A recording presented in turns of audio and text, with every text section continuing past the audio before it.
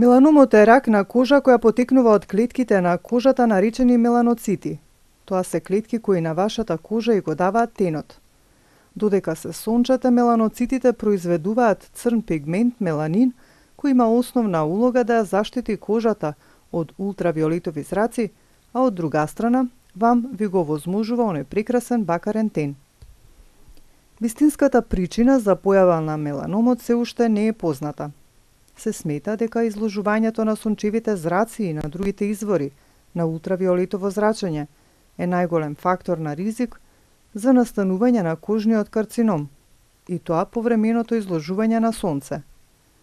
Во последно време големо значење како причинител се дава на наследната компонента. Така меланомот е почест кај лица со светол тен, сини или зелени очи, со светла или црвена коса, кои лесно поцрвенуваат и горат на сонце.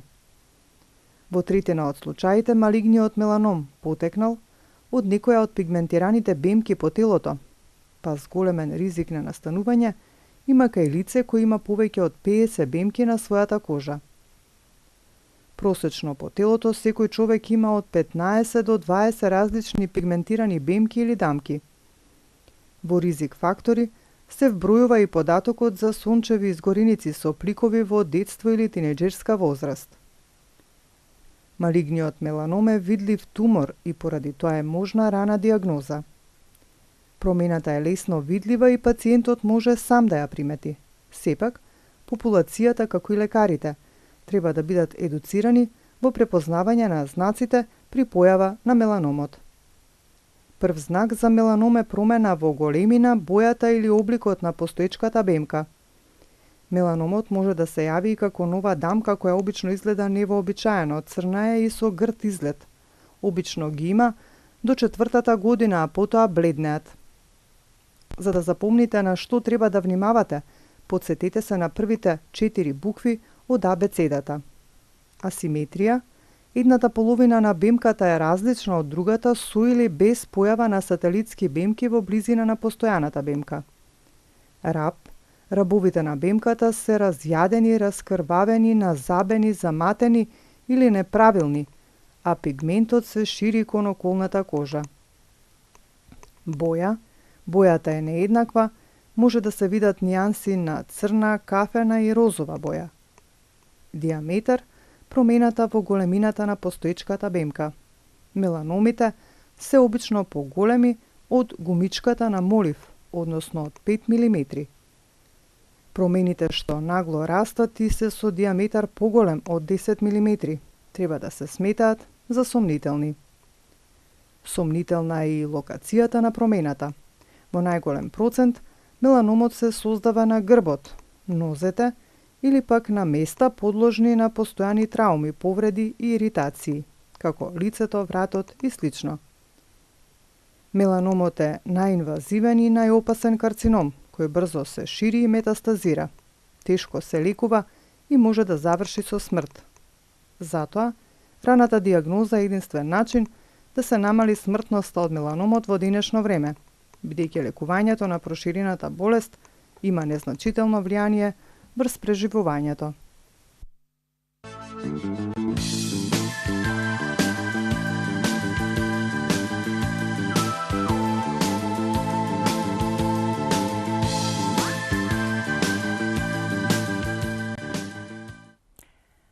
Еве неповторно во студиото, значи уште еднаш би сакала да ги повторам информациите кои што беа пласирани од Министерството за здравство и од министерот Венко Филипче. Повеќе од половина од пациентите на кои им е диагностициран рак на кожа се откриваат многу доцна, кога болеста е во напредна фаза и можноста за нивно излекување е многу мала.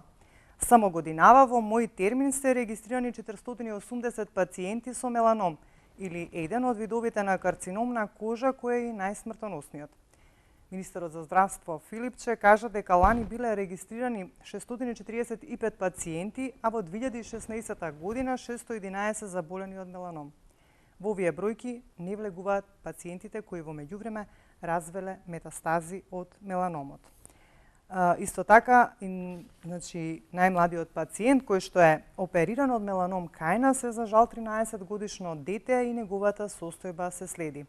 но исто така имале и пациенти на клиника на возраст од 20 до 25 години со меланом, кои за жал починале. Ова е причината, како што кажав, за денешната тема, значи рак на кожа или меланом. Денешен мој соговорник, доктор Дејан Филиповиќ, кој што е специјалист дерматолог и ни доаѓа од Здравствениот дом на Скопје во поликлиниката Битпазар, од поликлиниката Битпазар. Доктор Дејан, ти благодарам што еве најде време да дојдеш повторно во ваш термин и тебе сонце да поразговараме на темава. Ви благодарам на поканата. Так.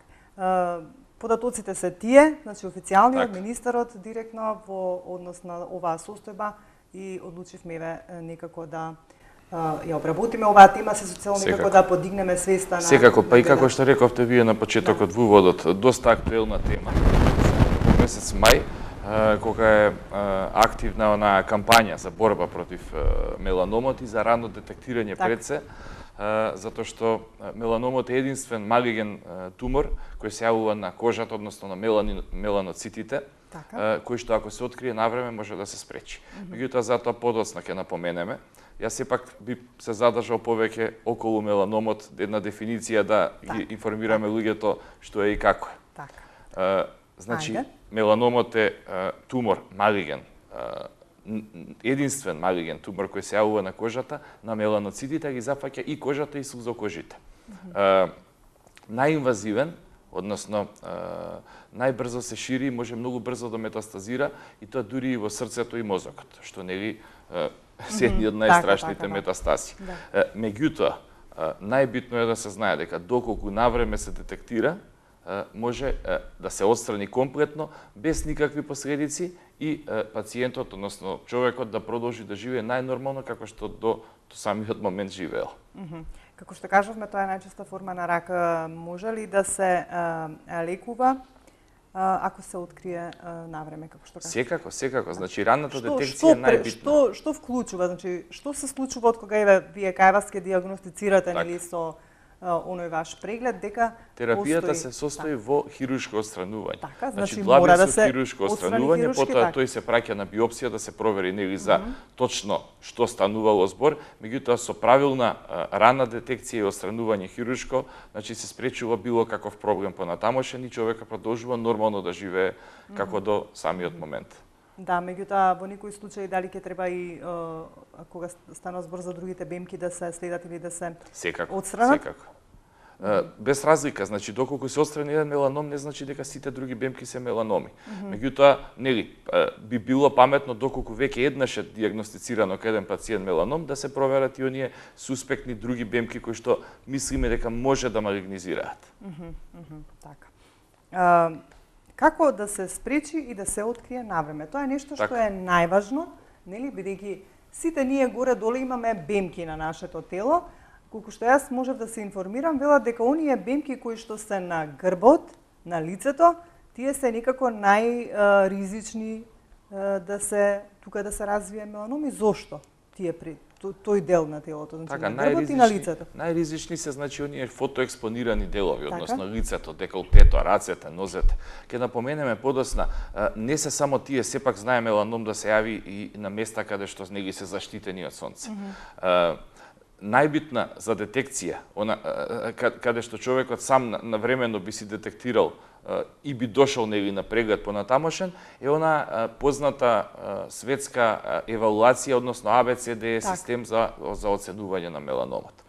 Што всушност значи тоа? Значи или на англиски јазик, значи асиметрија, односно неправилна форма на бемката, потоа Б или бордер како граница, односно неправилни граници издигнати и слично, потоа С како колор, нели, или боја, знае да промени од светло-бела, црвенкаста, па се до црна, знае да бидат присутни и повеќе бои, да биде присутно едно бело хало, значи како круг околу меланомот и слично, потоа Д диаметар, значи поголем диаметар од 1 сантиметар, и Е односно елевација, или издигнување на дел од бемката, не мора да значи дека целата бемка, над нивото на кожата, под нивото и слично. Најбитно, значи, за пациентот е да ја знае оваа евалуација. Доколку било која промена од овие што ги набројавме е сомнителна кај самиот човек, веднаш да дојде на дерматолог, каде би се направил дермоскопски преглед со една направа супериорна наречена дермоскоп, Така. односно една, како да се изразам, професионална лупа која е врзана за компјутер и се прави една професионална слика на која точно со 100% сигурност се детектира точно за која бемка станува и нели дали е малигна, бенигна и слично. Така. Добро, значи тоа е тоа што треба да го знаат во однос на тоа кога нели треба сами да си ги видат оние промени кои што се случуваат на бемките. Сега кажавме доаѓа нели летото, веќе можеме да забележиме и надвор нели топли денови, влијанието на сонцето, сончањето, дењето на одмор, колку тоа може да и наштети на кожата. Како да се однесуваат сите оние кои што одиме впрочем на одмор, како ние да се однесуваме за да оние штетни влијанија од сонцето не, како да кажам, делуваат штетно за да дојде до некој ваков проблем. Убаво кажавте. Значи, ултравиолетовиот спектар од сончевата светлина е оно најштетниот за кожата. Односно, УВБ зраците. Додека и УВА зраците, кои што се најчесто наоѓаат во солариуми, така онаа пува терапија, односно псорален УВА, каде што се најчесто за псориази и слични такви диагнози и лечење. Меѓутоа и УВБ светлината, нели која доаѓа од самото сонце кога ние се сончаме. Постојат повеќе типови на кожа, од 1 до 5, значи најризични се оние типови на кожа кои што имаат најсветла кожа и брзо горат. Значи, не поцрнуваат, веднаш се јавуваат еритеми и изгореници. Проблемот е до пигментот, нели до меланоцитите. Тука е најголемиот ризик за појава на меланом. Меѓутоа, морам да напоменам дека истражувањата докажале доколку човекот е изложен на постојано нели на сонце, односно кај оние професионални односно професии, на пример работници, земјоделци и слично, кои што се константно изложени на сонце, веројатно доаѓа и до некоја заштитна улога од толкава голема изложеност, па тие се некако позаштитени. Односно, појавата на меланом е сепак помала. Појавата на меланом е до 70% од сончевата светлина, меѓутоа повеќе се јавува кај оние рекреативни луѓе што се сончаат, особено нели во овие периоди кога е најштетна сончевата светлина. Така. Кога станува збор за изгорениците од плажа, исто така прочитав дека некој во раното детство кој што имал изгореници може да биде причина за појава на рак на кожата. Точно ли е тоа? Дефинитивно, да. Освен тоа, убаво кажавте, значи ризик факторите може да бидат генетски и нели фактори на околината. Од факторите на околината тука е дефинитивно сонцето. Меѓутоа од генетските фактори застапено е кога барем двајца, да не дигаме паника, значи барем двајца членови од поблиската фамилија веќе имале диагностицирано меланом.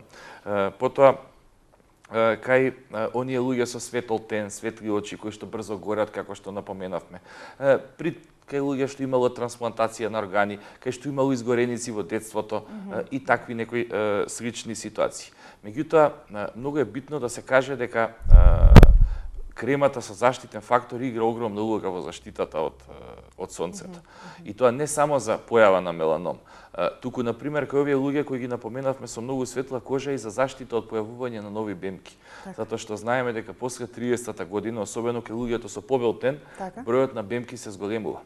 А еден од ризик факторите е и појавата на повеќе од 100 нови бемки, што е навистина еден поголем број. Сега не треба да се дига паника доколку се јави поголем број на бемки, сепак е тоа нормална работа, меѓутоа доколку бројот помине некоја бројка од 100, сепак треба да се направи една рутинска проверка и да се види дали се некои сомнителни. Кремите со заштитен фактор 50 или 100, веќе има и креми со заштитен фактор 100, даваат одлична заштита не толку од УВА, меѓутоа од УВ без светлината. Меѓутоа заштитуваат и до 90% од сончевите зраци.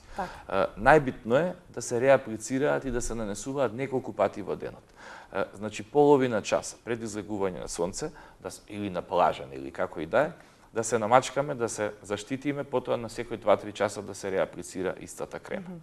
И сега кога споменавте дека од изложеноста на сонце се појавуваат некои бемки дополнителни, тоа е, значи, тие се пигментни бемки или бемки?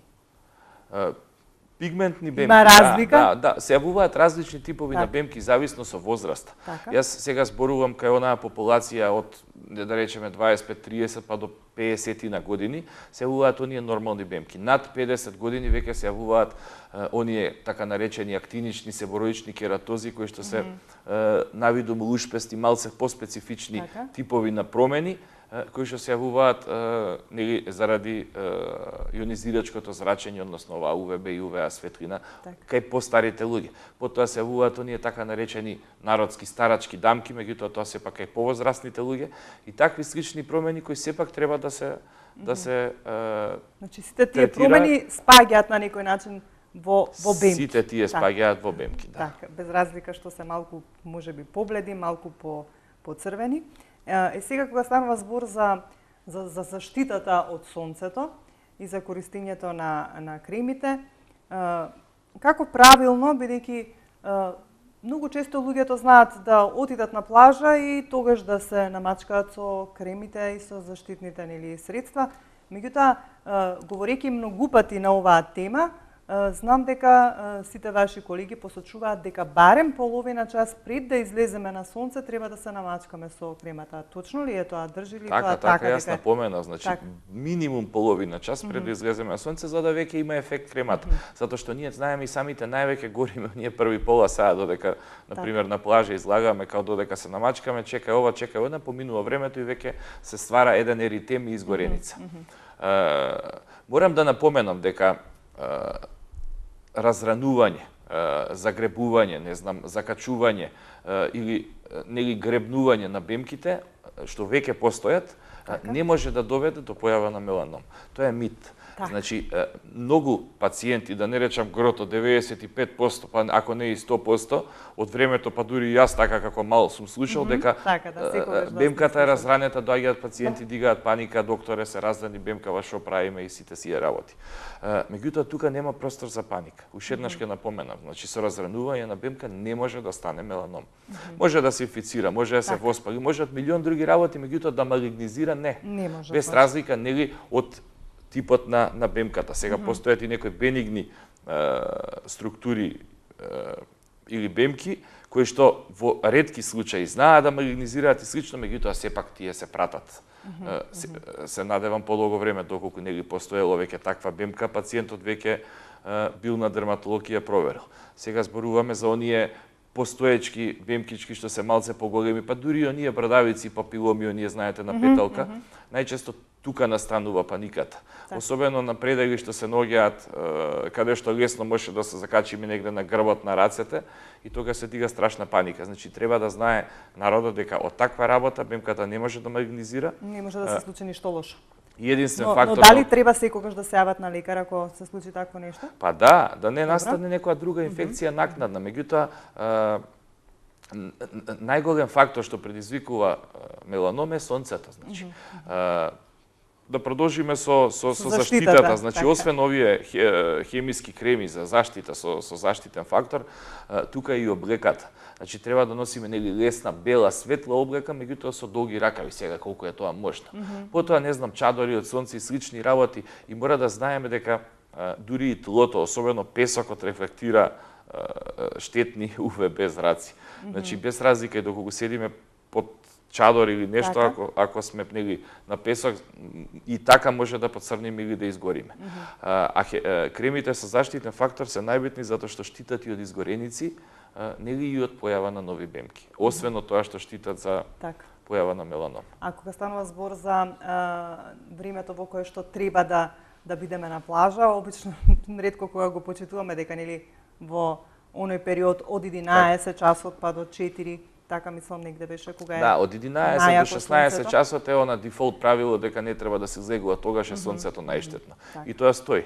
Без разлика не зборуваме само за овие тешки летни денови, него сепак и овој период сега додека нели се уште е пролет. Така.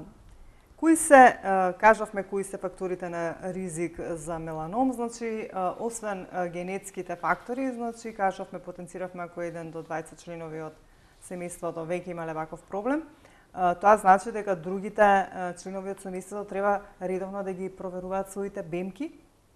Па дефинитивно. Така? Дефинитивно, значи сите треба да ги проверуваат своите бемки. Меѓутоа тоа е еден од ризик факторите, доколку се сомневаме, значи сепак нешто од ова треба да биде исполнето, нели?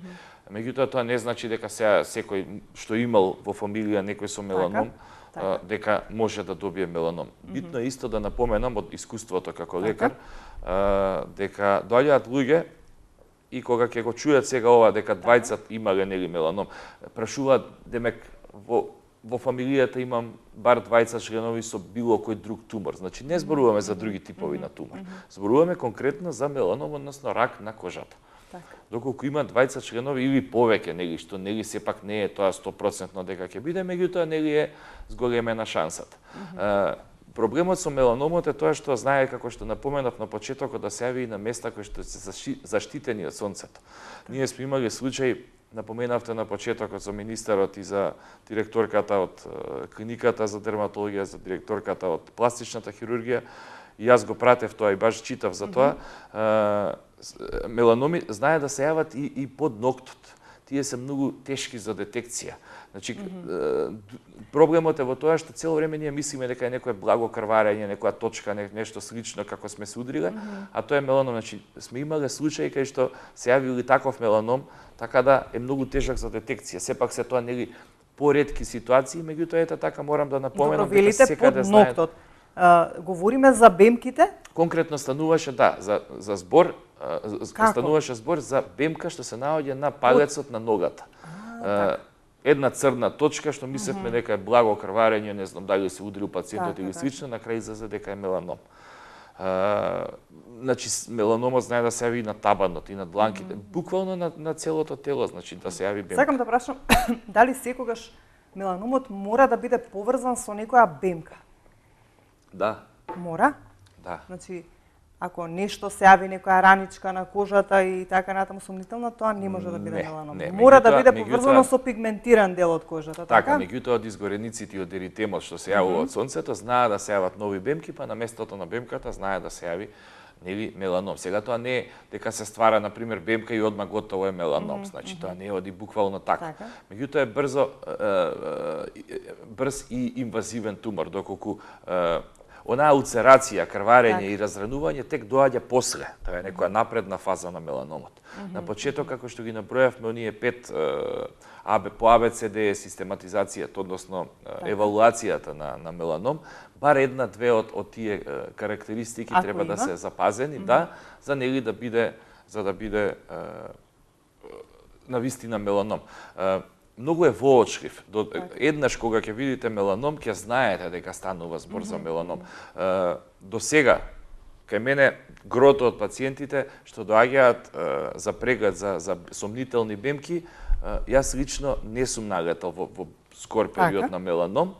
Меѓутоа, муабетот ми беше дека се многу уплашени за оние обични бемки што имаат само неправилна форма, што и тоа е нормално, не може се сите бидат симетрични. А се некој друг тип на бемки сега не би навлегувал или да не губиме време. Сакате да кажете во вашата практика ретко се случува да диагностицирам меланом. Да, сепак ја амбулантски работам. Меѓутоа, муабетот е дека пациентите што доаѓаат дигнат паника за бемки што ни приближно не се на меланом. Добро, ама тоа е добро бидејќи ипак секако дека е добро. Значи, штом забележале дека нешто дефинитивно, тоа сакам да прашам дали еве месец мај кога беше практично, бидејќи беше посечен како месец во кој што како да кажам, не потсетува дека треба да си ги провериме бемките, дали имаше зголемена посетеност од страна на пациентите во однос на овој проблем? Имаше зголемена посетеност и тоа доста зголемена, за разлика од прошлата година, уште подобро, што мене лично ме радува. Како што знаете, секој мај во годината се спроведува кампања, како лани, така и оваа година. Значи, се делат флаери, ние имаме прашалник еден што го пополнуваме кога ќе дојдат пациентите. И нели секаде по сите институции и нели приватни лекари се вршат една недела има бесплатни прегледи или кај нас во јавното здравство. Се уште е тоа бесплатно, значи бесплатни прегледи за оние сомнителни бемки. Меѓутоа сега тоа не значи дека буквално сега сите бемки што треба да се видат, доволно е за дерматологот Така. Со еден поглед да види дали станува збор за нешто сомнително. Доколку е навистина сомнително, тогаш се прават испитувања. Муабетот ми беше дека многу често луѓето знаат да успаничат за нешто ситно, меѓутоа сепак драго ми е што доаѓаат и нели што ги што се што превенира. е свеста подигната баш околу оваа тема. Ајде тука ќе се обратам до нашите гледачи, значи мој денешен гостин е доктор Дејан Филиповиќ, кој е специјалист дерматолог, ни доаѓа здравствениот дом од Скопје, од поликлиниката во Битпазар. Говориме на тема меланом или рак на кожа, па доколку имате некое прашање или нешто, некој проблем со кожата, нешто што не е јасно, може да се јавите и да поставите некој прашање до него. Доктор Дејан, ме интересира, еве вака, вие како дерматолог, нели специјализиран дерматолог, претпоставам дека кога сте студирале, барем некоја информација сте добиле зошто всушност настануваат бемките. Еве од секогаш и мене вака не ми било јасно зошто настануваат, што се случува, зошто кај некого повеќе, кај некого помалку. Како што Едноставно ме интересира зошто. Ќе пробам да ви одговорам вака, па нели во минатото знаеме бемките били символ за убавина. Така, да. Синди Крафт, Мерлин Монро и така натаму, нели. Видете, све зависи од типот на кожата. Значи, бемките се составен дел од самата кожа. Од самите меланоцити, од пигментите се ствараат бемките. Значи, тоа е една сосема нормална и природна работа. Меѓутоа, некој има многу малку, некој многу повеќе. Така, од што зависи? Тоа зависи од типот на кожата и од генот, нели, од генетските предиспозиции. Значи, сите сме склони кон стварање на бемки, меѓутоа, нели, сепак тука се и надворешните фактори, сонцето и слично. Морам да напоменам дека честопати знаат луѓе да дојдат со бемки што се малку поголеми од тоа се така наречени меланоцитни невуси, меѓутоа од кои излегуваат влакна. И тука се дига голема паника и слично. Морам да кажам дека, еве да го информирам народот дека доколку излегуваат влакна од бемката, значи во неа има живот, значи таа е нормална, здрава и нема никаков проблем за плашење, што ви рекле хрватите, нели добро чудна.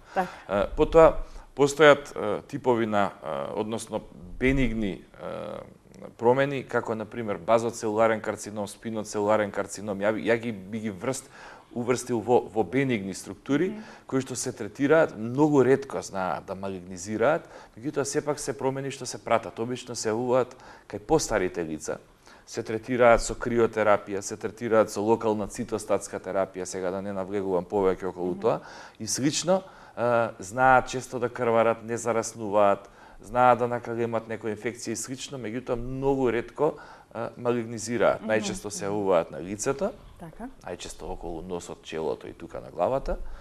Меѓутоа мора да се знае да не се дига паника буквално за секоја ваква промена.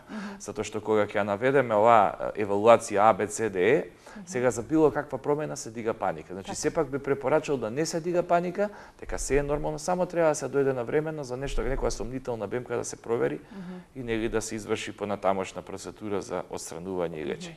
И сега кога станува збор за овие промени на кожата, би сакала тука да спомнеме збор 2 и за оние папиломи кои што излегуваат на кожата. Тоа се вирусни израстоци, така.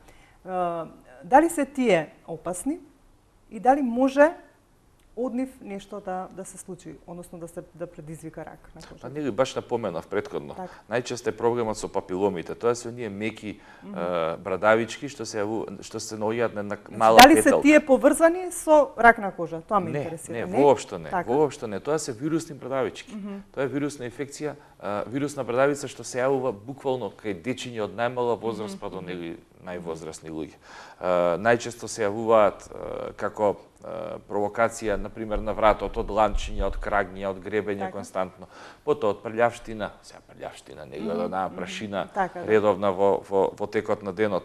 Потоа потење и слично.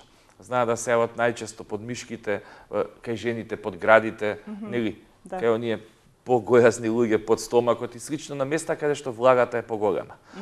Меѓутоа многу лесно се отстрануваат, без разлика дали била електрокаутеризација со радиобран, со криотерапија или хируршки, нели?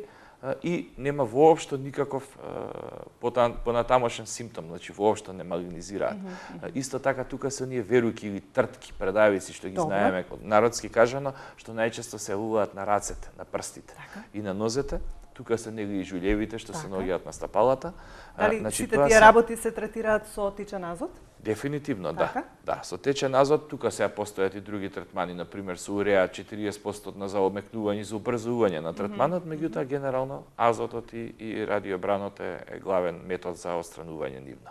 Муабетот ми е дека од овие промени никогаш не може да маргинизира. Значи ова со бемки е тотално нема врска, Добро, е кога тотално станува друга збор, ствар. имаме гледач. Работа. Ајде да го вклучиме. Добар ден, повелете. Ало, добар ден. Поздрав Дали на се гостина. слушаме? Повелете. Едно прашање. Дали може кератоза да премине во меланом? Кератоза дали може во меланом да приеме? Доктор Дејан? Така, не може. Не може. Веднаш ќе кажам дека не може, без разлика дали била актинична или себороична, не може. Добро. Дете ви благодариме што се јавивте. Доктор Дејан ете децидно одговори дека не може. Значи, доктор Дејан, кога зборуваме за брадавиците, често пати слушаме дека ако брадавицата се подсече или исто така се повреди, дека е тоа многу лошо. Дали е или не е? Па тоа го напоменав уште на почетокот. Значи исто и тоа спаѓа во тоа дека ништо не може да се значи случи. тоа дека кога ќе се разрани бемка или брадавица, Така. тоа е мит дека може после да маргинизира. Значи од такво разранување не. Дури и дрпнување, знаете, оние младежи што ги имаат, што се малце како поголеми бемки Така. што ги има нели кај луѓето, воопшто не. Нели порано не плашели како деца, јас од лично искуство Така, да, па тоа сме го пази слушале да не затоа. разраниш, да не ова, да не она, Да, меѓутоа не. потенци- Најбитно што треба да се знае е да се заштити од сонце, особено на плажа, особено такви поголеми бемки, да речам, кои што се фаќаат поголема Тоа сакам површина. да прашам. Дали Да. треба директно на бемките да се нанесува заштитен фактор Значи, или поголем некоја слој, крема? дефинитивно Така? поголем слој и никако од лично искуство, мислам како лекар кажувам, да не се користат ханзапласти или фластери за на Да, плажа, аха, така. затоа што од самиот лепак, да не речам 90 и нешто посто од времето, знае да се јави контактен, односно фотоконтактен дерматит, односно лепакот реагира со сонцето и на местото каде што е залепен или фластерот се јавува страшна контактна алергија и после она е проблем за лечење. Веројатно со некоја газичка или некој ханзапласт со многу помал дел каде што има лепак или со нанесување на многу подебел слој на заштитна крема. Значи никако да се заштитуваат со фластери, бидејќи Не со оние јас класични сум можела, фластери, јас сум можела да забележам дека навистина фластерот иритира и создава токму така особено ако контактна е некој енергија јако која што сонце е- како да, се да. на оние 40 и нешто температури како што беа лани, Да. веројатно ќе бидат и сега. Да. Не знам, слушам телефонот, звони дали имаме гледач. Кажавме многу работи, ако имаме гледач ќе го вклучиме. Добар ден, повелете. Доктор, од Куманово се јавува. Повелете, ве слушаме. Куманово се јавува. Еве 2-3 месеци така бев на кожен лекар тука у Куманово и у Скопје у Сисина. И цело време ми вика дека е кератоза, меѓутоа испадна меланом со многу лоши работи. Како тоа не ми е јасно. Јас бев не обрнував внимание, преземав по хитни мерки. И сега испадна и операција беше многу опасна. Доктор Дејан, имаш нешто да го прашаш? Па А немам. тоа е дека е кератоза, ја на тоа Така, останав. значи прва диагноза кератоза, на крај испадна меланом. И сега е меланом, да, меланом со... Дали веќе нешто е преземено околу тоа? Како? Дали нешто преземавте плюс од кога ви диагностицираа меланом? Па некои мастови ми даваа тамо, не знам. Само маст? Да. Дали сте сигурни дека е меланом? Тоа операција ми правија. Каде ви диагностицираа, во која амбуланта, каде поточно? Каде сум бил? Дали во приватна или во државно бевте? Значи каде точно ви ја диагностицира? Куманово приватна, Добро. у оваа државна болница, у Сисина бев и ја сега на операција бев на клиника на пластика у Скопје. Значи били на операција. Државна болница. Значи биле на операција, добро, се надевам Добро. дека е навремено фатен, да. Добро, ви благодариме на јавувањето. Јас поверење имам на тоа кератоза и така оста. Ајде сега, еве доктор Дејан, јас баш ќе го прашам како може да биде поврзаноста. Што е кератоза? Поврзаноста ја нема, значи Што е кератозата кератозата? еден тип Какви симптоми има на тоа? промена. Што? Нема Добро. симптоми, значи Само тоа е промена на кожата да, некоја? севороичната кератоза изгледа како онаква бемка кафејавкаста, поголемка со запци и слична, додека актиничната кератоза изгледа како лушпа која се јавува сонце со различни бои. Меѓутоа од кератоза не може да пројде во меланом. Веројатно не била кератоза. Веројатно требало да се направи дермоскопски преглед или биопсија или нешто слично за да се фати на време. Меѓутоа кога што гледам господинот по ова што го кажам, мислам дека сепак е временно диагностициран меланомот и е отстранен без никакви последици. Ајде да се И не знам што е тоа околу мастите. Првичната диагноза е погрешена. Веројатно сега не би навлагал во сепак не сум видел вака на памет, многу неблагодарно да зборувам. Заради тоа што тврдите дека не може кератозата да премине во меланом, се извинам, затоа велам првичната веројатно не била кератоза. Погрешена. Така. Добра, ајде да се надеваме дека се е во ред, дека тоа што можеби колку толку навреме е реагирано и е одстранета, нели, одстранет меланомот, да се надеваме дека понатаму со вашето здравје се ќе биде во ред и би било добро, нели, доктор Дејан да оди редовно на контроли, со цел, нели, да не се пропушти нешто. Тука сме некаде, немаме уште многу време, што некако, како би го заокружиле овој денешен разговор и оваа тема некако да, се со цел уште повеќе да подигнеме свеста на нашите гледачи, уште повеќе што кажавме доаѓаат лето и топли денови, ултравиолетовите сончеви зраци како еден ризик фактор. Па еве, јас мислам дека би било добро да напоменам дека освен тоа што треба крема со заштитен фактор да се користи на одмор, треба да се користи во секојдневна редовна употреба. Така, на оние делови кои што се изложени на сонце, оние делови кои што се фотоекспонирани, да, особено рацете, нели, лицето и деколтето. Па и нозете сега зависи, нели? Каде зависи од професијата и од многу слични работи. Исто така носење на долга облека доколку е тоа можно. Иако ние сите сакаме да поцрниме и стремиме кон тоа, сепак сонцето знае да е многу штетно него доколку правилно него менаџираме. Затоа не треба да претеруваме со излегување на сонце, не треба да ги користиме оние солариуми и не знам да ги злоупотребуваме. Искрено би рекол дека е паметно да се отиде неколку пати во солариум, меѓутоа кратки дози, кратки сеанси пред да се отиде на сонце, како нели на некој начин во наводници би се загреала кожата. Да не се изложиме веднаш на најакото сонце, постепено да одиме. Многу е битно да си го знаеме типот на кожата, од оние 5 типа кои ги наброев. Немаме време сега повеќе да објаснам околу типовите на кожа, меѓутоа да си го знаеме типот и да си знаеме нели според типот на кожа како да се однесуваме. И каква крема и нели колку често да се мачкаме и така натаму. Како што знаеме, кожата е нашиот најголем орган на нашето тело. Дефинитивно, да. И се што се случува, сите оние влијанија надворешни, велат така, кожата памти. Кожата памти. памти. Со текот на годините потоа, така. Нели, затоа што додека сме млади, таа е порастеглива, поеластична, меѓутоа со времето и таа се суши, значи мора и кожата да се храни. Сите забораваме добро што споменавте, ете, и тоа да кажеме дека најбитна е хидратацијата редовна, особено во овие летни периоди, особено после она сончање и слично. Значи постојат оние after sun, тоест после сончање, млека за тела, хидратантни, помасни, веројатно сите што биле на плажа знаат дека после сончање кога ќе се намачкаме веднаш кожата упива и не останува ништо, значи така. И мора да се хидрира времено како нели во поодминатите години би била нели посјајна и по така и уште еднаш да напоменаме за сите оние промени кои што ќе ги забележат на своето тело, на својата кожа, значи без разлика како што кажавме, зашто и да станува збор, сепак да се јават на дерматолог и да направат една контрола и да се посоветуваат со нели лекар кој што е специјалист за тоа. Стручњак, дефинитивно, затоа сме тука. Доктор Дејан, ти благодарам за денес. Се надевам дека сите овие информации кои што ги доставивме до нашите гледачи ќе бидат од корис и дека за сите оние проблеми кои што ги имаат ќе се јават навреме на лекар. Ти благодарам уште еднаш. Ти се надевам дека еве соработката со Здравствениот дом на Скопје продолжува по некоја следна прилика со некоја друга тема. Дефинитивно се надевам дека барем малку помогнавме и ние свеста да е зголемиме кај луѓето нели за заштита од и рано дијагностицирање на меланом, а јас сум тука секогаш кога ќе затреба. Ти благодарам уште еднаш. Молам. Почитувани гледачи, тука и јас ќе ве поздравам за денес и благодарам на вниманието. Се надевам дека ете успеавме барем малку да делуваме на вашата свест кога станува збор за ракот на кожата, навреме да реагирате и да побарате совет од дерматолог.